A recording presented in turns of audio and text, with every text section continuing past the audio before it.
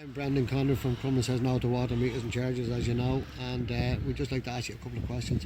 We're asking all the candidates running in our area just to give us answers to a few questions, if that's okay, yeah? Thanks, Brendan, yeah. No bother.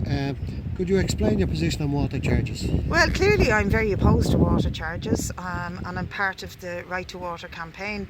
I think, in fact, people before Profit were very instrumental, thank you darling, were very instrumental in helping to set up that movement, which has been amazingly powerful in terms of mobilising communities. The people of Crumlin in particular, I think, set a landmark and an example for how to prevent Irish Water from installing meters, and we saw the consequences of how the state responded with a heavy hand by bringing 13 of them to court. But thankfully they have been victorious and vindicated entirely as not being guilty of any crime, and last week we saw the dropping of the charges against them.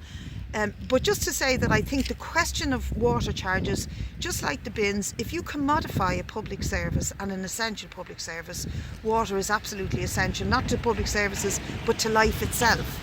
Once you put a price on that and commodify it, then global corporations and greedy vultures who want to make profit will try to take over that utility, and it will be inevitable that will be privatised.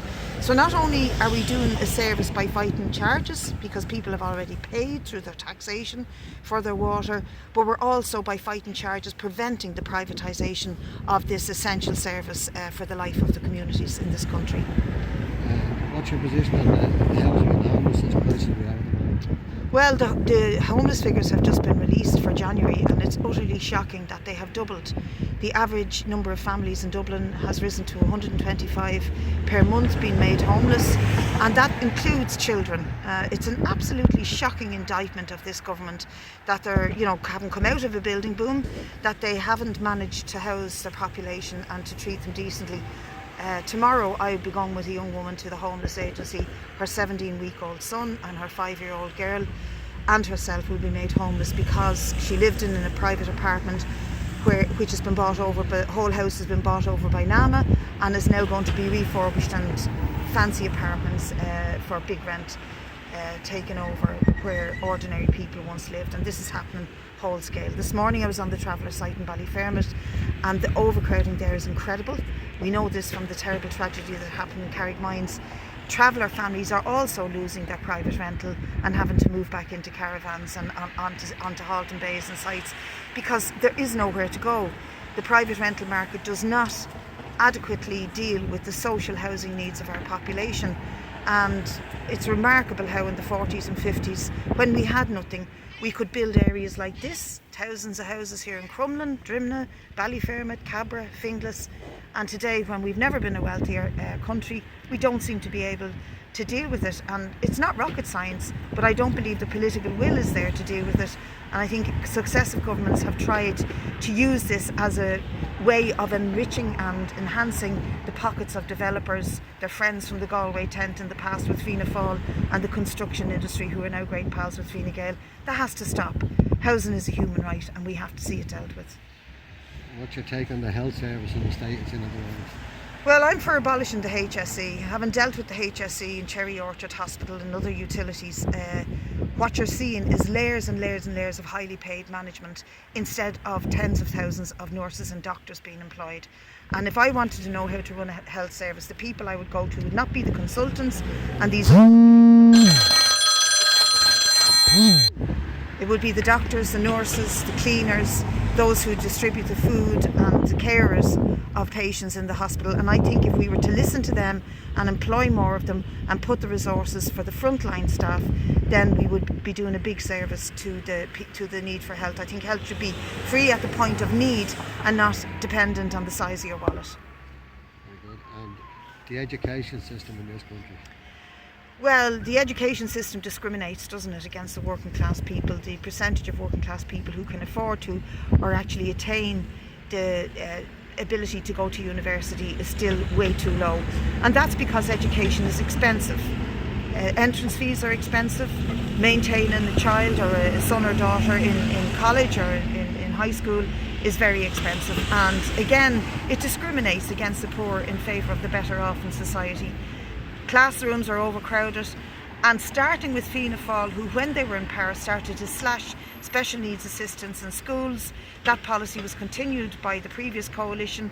We have to see the reinstatement of special needs assistance and reduction in class sizes at national school level, and we have to see the abolition of fees and expensive maintenance for students in second and third level, so that everybody gets an equal chance and equal access to education.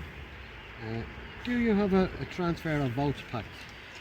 I suppose strictly speaking it isn't a pact where we all signed, I will give you my number 2, but informally and in practice we do have a transfer of votes. All of the Right to Change candidates, and there have been over 106 candidates nationally who've signed up to the principles of Right to Change, have agreed to transfer to each other.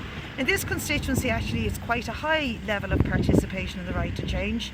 There's myself, Joan Collins, Angus O'Snoddy, Maria Devine, Paul Hand. That's 5 candidates that you can vote for in order of your choice, that are part of the Right to Change principles and part of the Right to Water movement.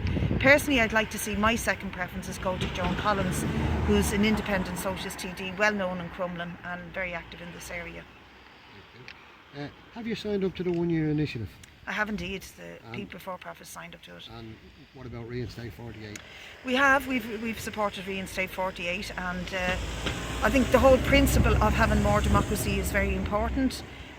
When you go into a ballot box to cast your vote, hugely important. Men and women died for it, and we should all get out to vote. I want to say that to the people in this area. It's great that we can knock on your door and talk to you about the issues, but that's no use unless on Friday you shift your ass, get out of the chair, whatever you got to do, and get down to your polling station and cast your vote. Beyond that, I think we need more democracy, and I think things like the 1 year initiative and Reinstate 48 give people a bit more democracy than just once in a year, ticking their numbers on a ballot paper. That's important, but it isn't sufficient. What does it mean to be part of Right to Change? Well, it's been a very exciting process. I mean, we sat down at 3 or 4 different conferences and worked out where do we agree on things. We set aside the things we disagree on and we look at the things we agree on. And it's surprising the common ground that so many diverse individuals and parties have. So we look at the commonality and the stuff that we want to see pursued as a matter of principle in this country, and we've set those principles out. So I think it's very important that that exercise in itself has taken place, and that there is, if you like, an umbrella group that's overseeing a process that'll bring all the political shades closer together to achieve positive outcomes for this country. And finally, Brid, a lot of people are saying that you're safe to be elected. What's your response to that? I wouldn't say that, and I don't think anybody should say that. I mean, there's 18 to 20% of the people are still undecided 3 days away from polling day.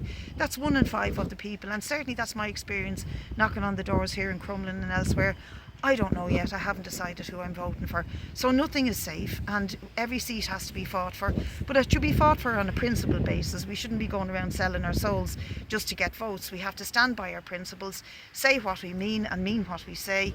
And that way, I think, on standing on your record and on your ideas and on the ability to deliver what people want in conjunction with the mass movement, I think we shouldn't take our votes for granted, but should fight for every single vote up to the last minute.